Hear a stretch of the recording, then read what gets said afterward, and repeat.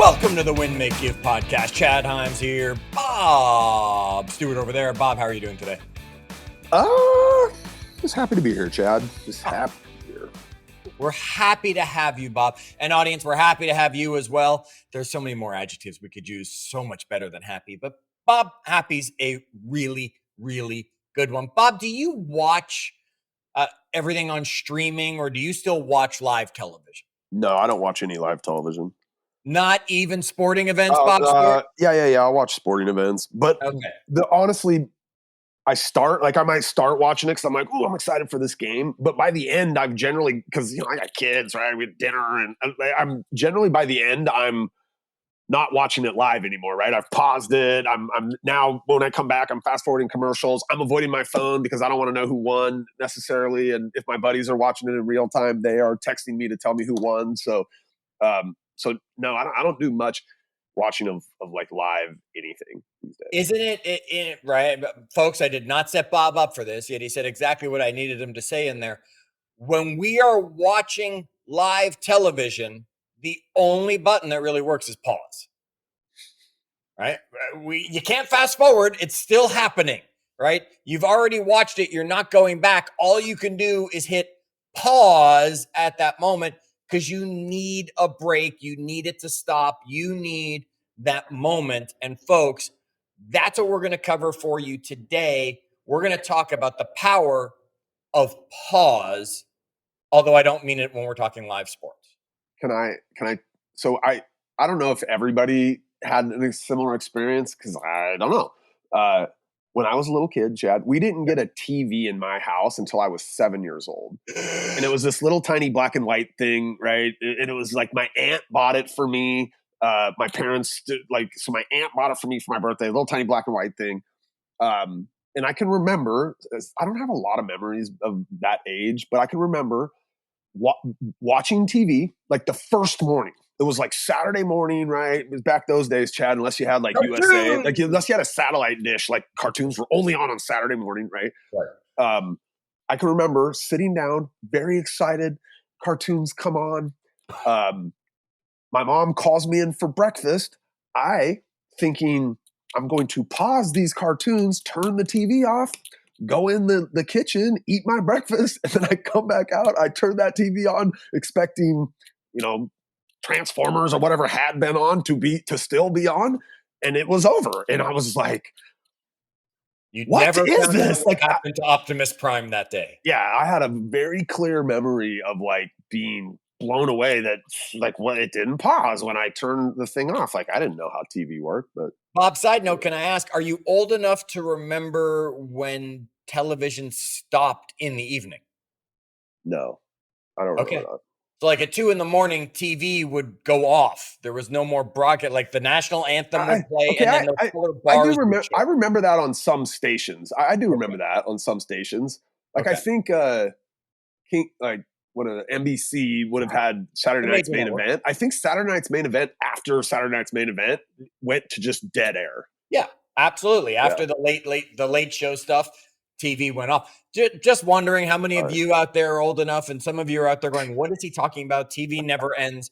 We can get it anytime, anywhere. Not necessarily true. All right, but Bob, today we're going to talk about the power of taking a pause, of hitting that pause button, how slowing down and reflecting before reacting, and boy, how many of us do that, will lead to much better decision-making in all areas of our life. There is no area of our life that will not improve with this. How many times do you think, as a percentage, are your decisions habitual, reactive, or reflective? I mean, I don't know if there's any science behind it. I'm just wondering. Yeah, not as like if the first one was reactive and the second one was reflective, not as reflective as I'd want. I'm being completely honest with myself. Yeah, I'd probably think 70% of my decisions every day are just habitual. Yeah. Right? They're just habits I have. The other 30% of the decisions, I would bet 90% of them are reactive instead of reflective. to make sure I'm making that right decision. The day in and day out decisions that tend to become a little bit more kind of, you're just making them without a lot of pause or thought.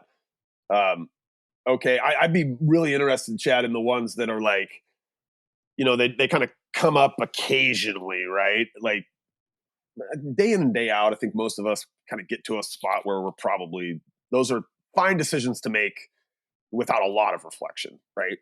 Yep. But Don't waste the energy on some of those. every day though, there's something that comes up that we could likely pause and reflect on more than we do. I bet it's Absolutely. every day. Every single day, there's at least one thing that one of us goes, that's it, right? We don't spend a lot of time thinking about it. Where had we probably would have come to a better answer. Okay. Between social media, emails, text messages, meetings that we need to be at, right? Boom, boom, boom. Things are going fast. And in today's day and age, Bob, I always say instant gratification isn't fast enough for people. Yeah. Right. I don't know. Are you this guy? Are you the guy that when the microwave is at 1 second, you hit stop and open it? Or do you actually let it go all the way to 0 and beep? Well, I only do that because it's midnight. My wife's already asleep, and I don't want her to know I'm downstairs sneaking cinnamon rolls. Well, now it's out. now it's out to the world. Okay, but folks, think about it. How many of you, when the microwave gets to like 1 second, you're popping open the door, turning off the clock. You can't wait it. It's not fast enough. Meanwhile, you just cook something in 89 seconds instead of the 90 seconds that it used to take us, 45 minutes to make. It's already pretty damn fast. The world's going really fast, Bob. Agreed? Yeah, it's too fast. Okay. And it's changing that quickly, right? As soon as you're catching on to something, boy, that's gone, right? I mean, especially for a while, it's like, oh, Facebook. Nope. Now it's Instagram. Nope. Now it's YouTube. Now it's TikTok. Nope. Now we're not doing that one anymore, right? Whatever it is. I mean, the world's just moving so fast. That's where this pause is going to come in, folks, and make an impact for all of us. Yeah. I mean, the data suggests, and look, Chad, you and I have had a front seat to this, almost maddeningly so sometimes, right? Because Ben is the master of kicking in our organization, we call it the kick in the can. Like Ben is a master at kicking the can. And I think that, and look, there's a lot of, wait, Bob, do you know where that expression comes from? No. Do you? Oh, yeah, absolutely. Where? Well, it was a game when I used to play kick the can. I played kick the can. You know what? My stepbrother we were playing kick the can. He ran to jump the can. I kicked it. He jumped and landed on the kicked can. Boom, boom, on his back and had a seizure. We had to take him to the hospital. We had to interrupt the camping trip, drive him to the emergency room. Anyway, yeah, we played. That's why you didn't make the connection. Yeah, it's from kicking the can, and you would kick it down the street. Okay. Right, and you would keep it going. So extend the game. That decision later. Yeah. You would extend the game. Okay. Correct. Kicking the can down the street. That's where Ben is the master of kicking the can. Okay. And there's like Harvard Business Review has done some studies that actually show that leaders that take this posture, right, that they're constantly reflecting before making decisions are 30% more likely to make a well-informed, considered decision, Chad. Which I think all of us would be like, yeah, that makes sense. It takes some time to think about it.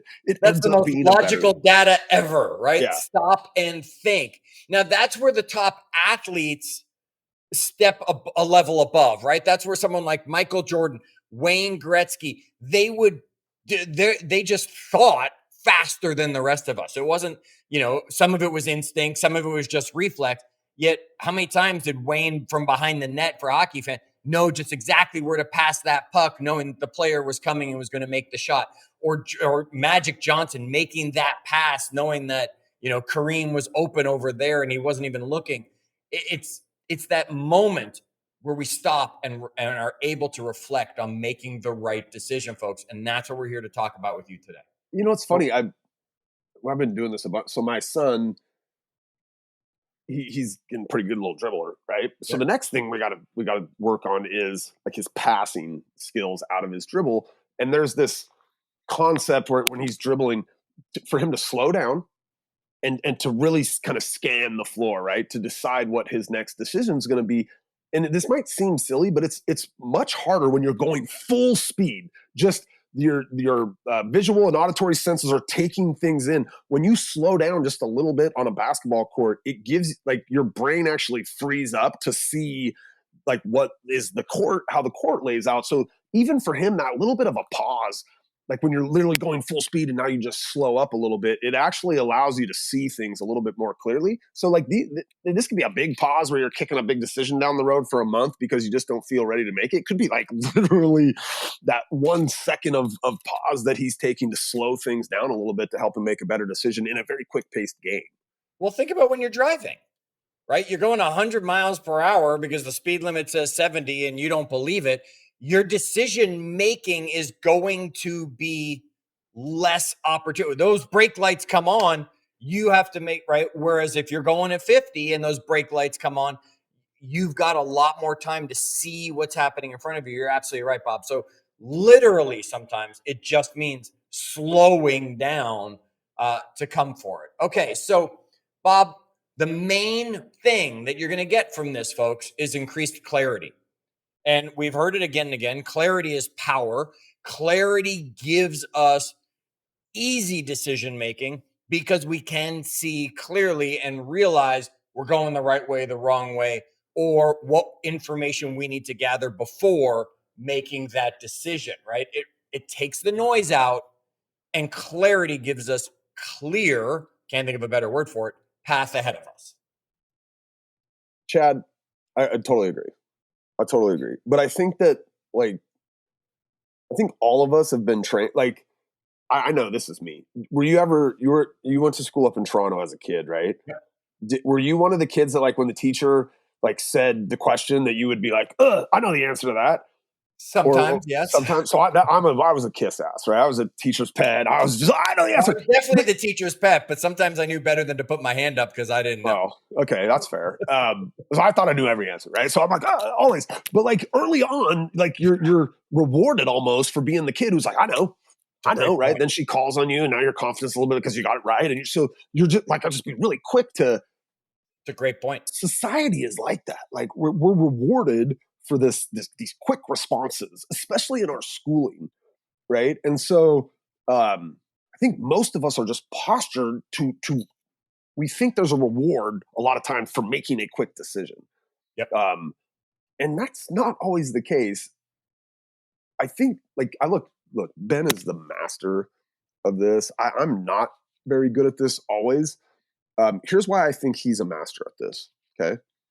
If you think about like throughout the day, Chad, all the things that you might be, that you may just kind of rush into and do or answer or step up to, right? Yep. Almost all of those things are somebody else's agenda. Yes. Good point. Right? Like almost all of them. Because when we were reading through all the stuff that buzzes around you, it's the social media, it's the text messaging, it's the phone call, it's the email, it's the Instagram inbox, it's all these things. Got a minute. Yeah, whatever it is. Somebody else's agenda. I believe the reason Ben is such a master at this is he is very keenly aware of what his goals are each day. So like you're not going to pull him away from something because something else is on fire if it's less important than like his goal for the day. Great point.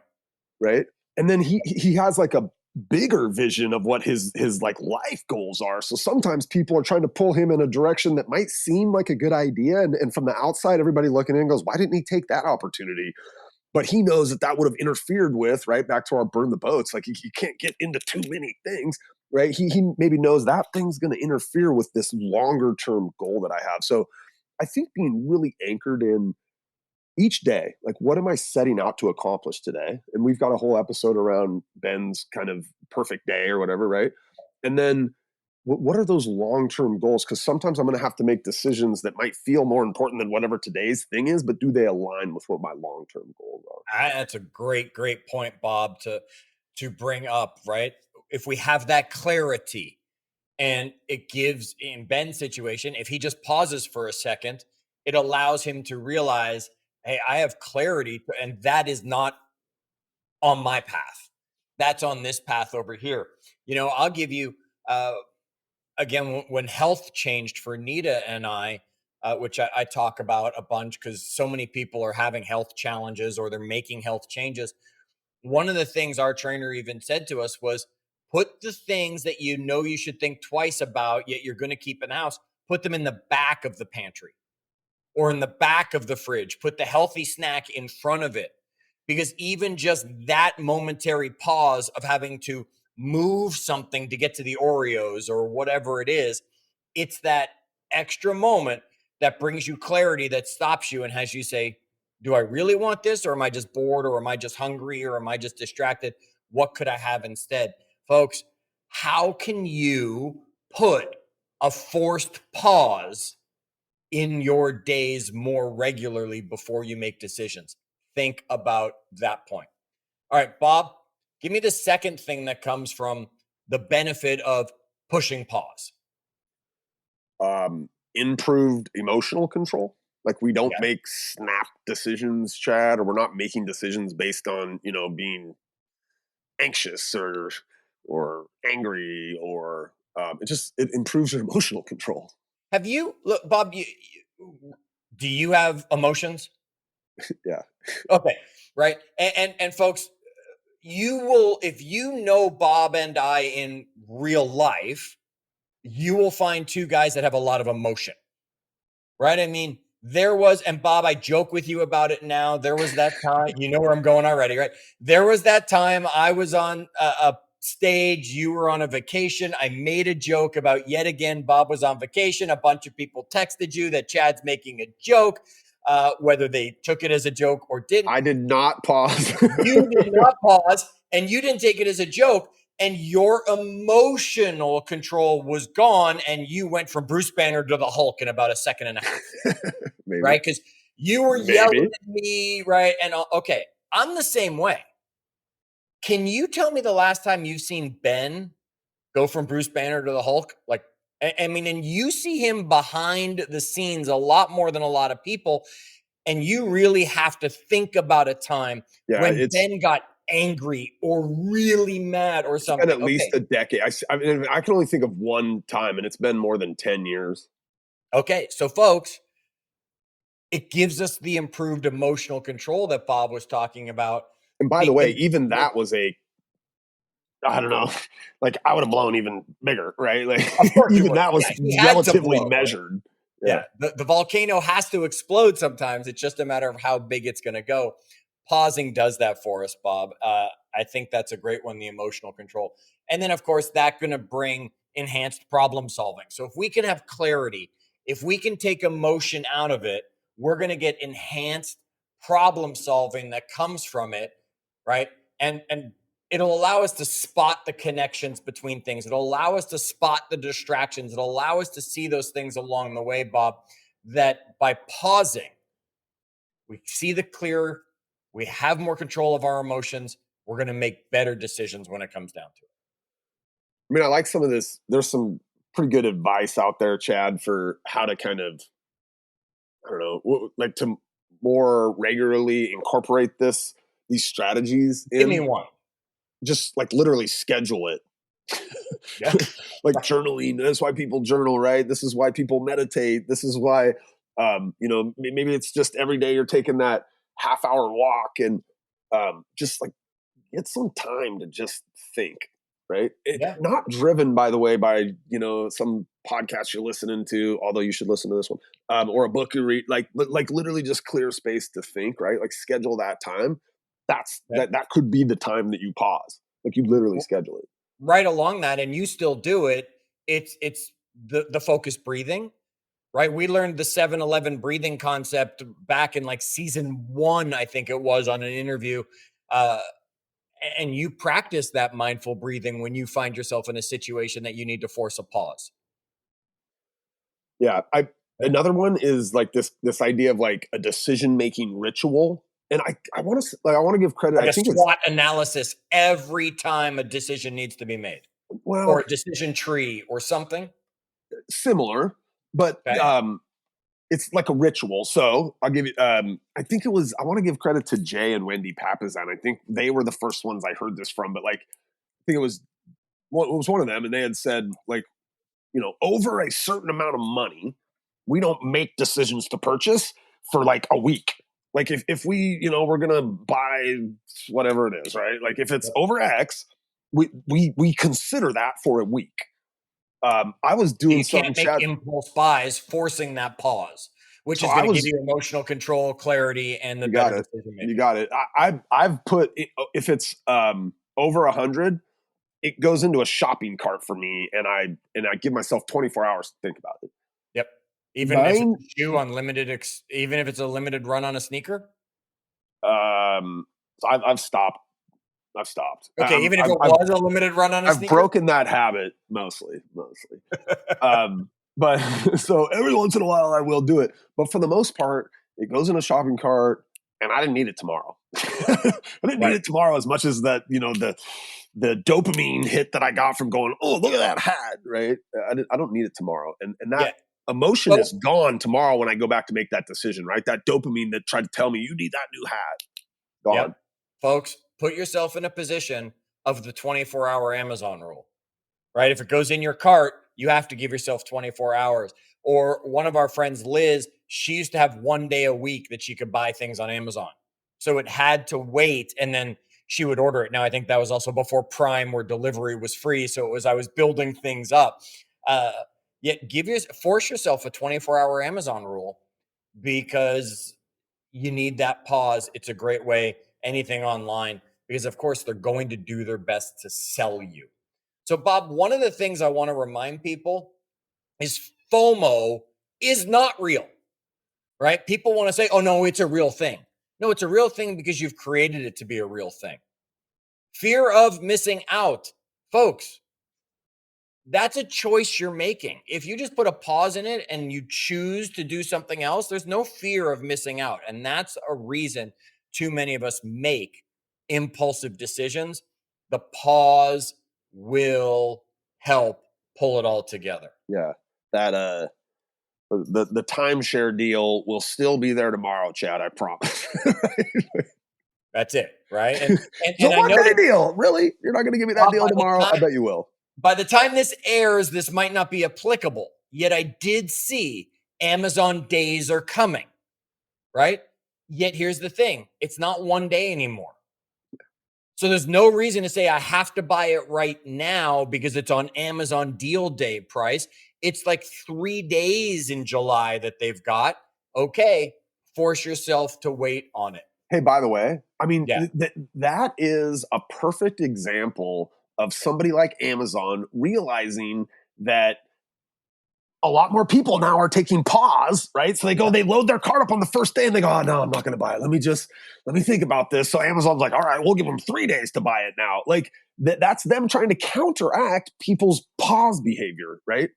Smart, right? Yeah. They've realized that what used to be, yes, 1 day, today only, people fell for that and bought stuff they didn't need. They've realized people put it in the cart. So let's extend the sale so that they'll still pull the trigger and think they had their pause. Napoleon Bonaparte said this, Bob: take time to deliberate, but when the time for action comes, stop thinking and go in. Mm. Okay, so folks, push the pause button on any decision that's not just a habitual choice. And once you've made the decision, commit to it. Go back and listen to our episode about burning the boats. Make that decision the one you've chosen. Yeah, just try it on your next couple, not everyday decisions, but on your next couple you have to make. Like, just see what happens if you give it a little bit of reflection before you go and make those. We look forward to hearing how that works out for each and every one of you. And until our next episode, do good.